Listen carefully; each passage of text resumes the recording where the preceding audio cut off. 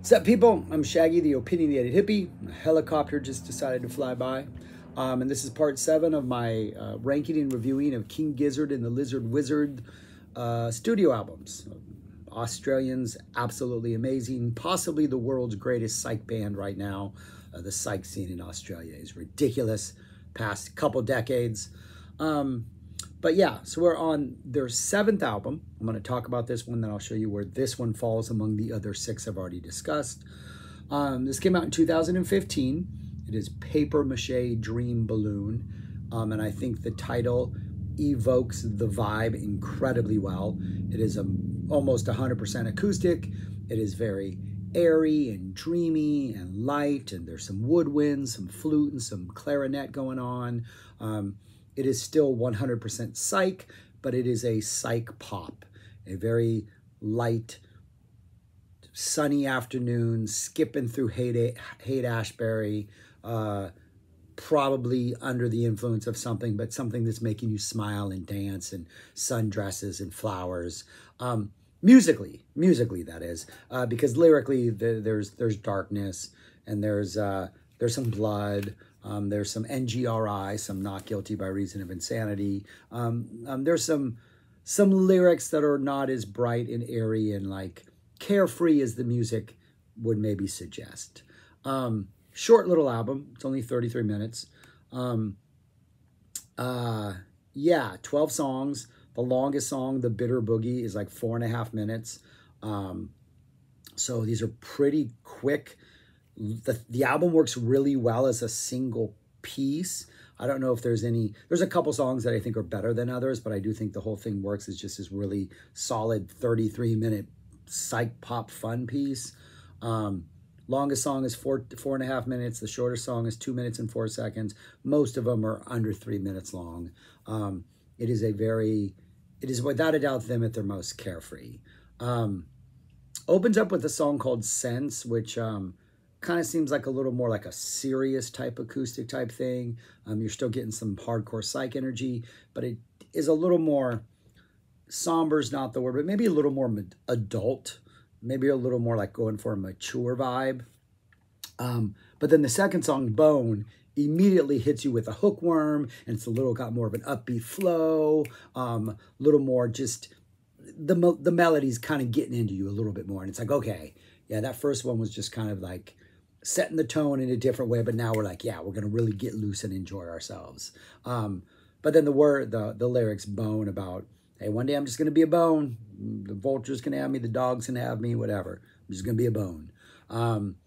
Song after that is Dirt, which also is a nice breezy, acoustic pop type feel to it. Just really light and fluffy and upbeat. Paper Mache Dream Balloon. Things are starting to get even more psyche. The vocals have a slight sort of have been messed with a little bit, but it's not like an over-the-top psych production trick as you would probably find on any of their other albums. It's definitely a little more subtle, but it's also a little more like, we're still King Gizzard. We're still going to do this kind of stuff.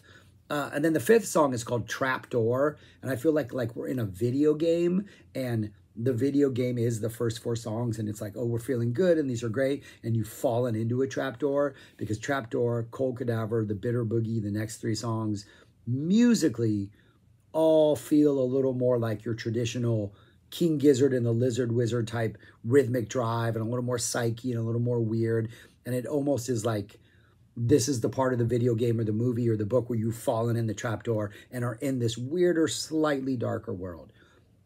It is still light compared to anything on almost any of the previous 6 albums, but within the terms of what they're doing, within like the soundscapes that they're doing on this album, Trapdoor seems like, haha, we got you. But it's still breezy poppy. Yeah, Cold Cadaver, really weird lyrics about a cold cadaver. Found the cold cadaver. Some really good pop psych. The Bitter Boogie, the longest song on here, got some harmonica coming in there, giving it a slightly bluesy. It's by far has the most where they're leaning into a groove, a more like traditional, like from like Trapdoor through Bitter Boogie. It sounds like more traditional type King Gizzard stuff, what you would expect from a King Gizzard sort of electric album. You get NGRI, the bloodstain, not guilty by reason of insanity. I'm assuming that's what it is. Musically, this song, and there's a couple songs where musically I'll be reminded of another artist. And then as soon as the vocals start, I'm like, oh no, this is obviously King Gizzard. They have that just undeniable vocal sound. But the beginning of NGRI Bloodstain, don't know why, it reminds me of like a lighthearted throwaway country rock song from like John Cougar Mellencamp, like a Scarecrow, something like a fun cut off Scarecrow or something off the Lonesome Jubilee, just like one of those kind of like those kind of songs. But then as soon as they sing, you're like, oh no, this is obviously King Gizzard. And then another song, Time, the one that follows, Time Fate, the beginning almost has like an early Kinks, like dun dun dun dun dun dun type bass line, or like maybe that's like the guitar groove, but kind of reminds me of early Kinks. But then the vocals start, and it's obviously a King Gizzard song. Time Equals Fate is the one with the dun dun dun dun dun Kinks thing. Time Equals Money has a nice sort of dramatic opening, a little more like da da da da, and then we go just into like that same acoustic pop vibe. Most of what I like is probably the calmest song on here. It's definitely more of a smoother, more relaxed psych ballad. And then Paper Mache is an instrumental, same vibe, closes out the album.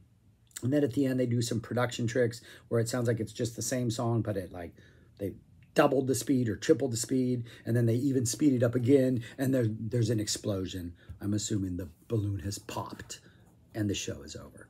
But yeah, it's just 33 minutes of really kind of light acoustic psych pop. Yeah, it's enjoyable. I think if it would have been their first album, you're like, okay, interesting, we'll see where this band goes. But I think at this point in their career, it's like, okay, it's a nice little diversion, it's a fun listen, there's some hooks, it's got a great flow from start to finish. So I think the album, while I don't think I think maybe the best songs are like Trapdoor is fantastic, Time Equals Money is fantastic, The Bitter Boogie I like, Bone I really like. I don't think any of those are like all-time greats, but they're good listens, and there's really nothing bad on here.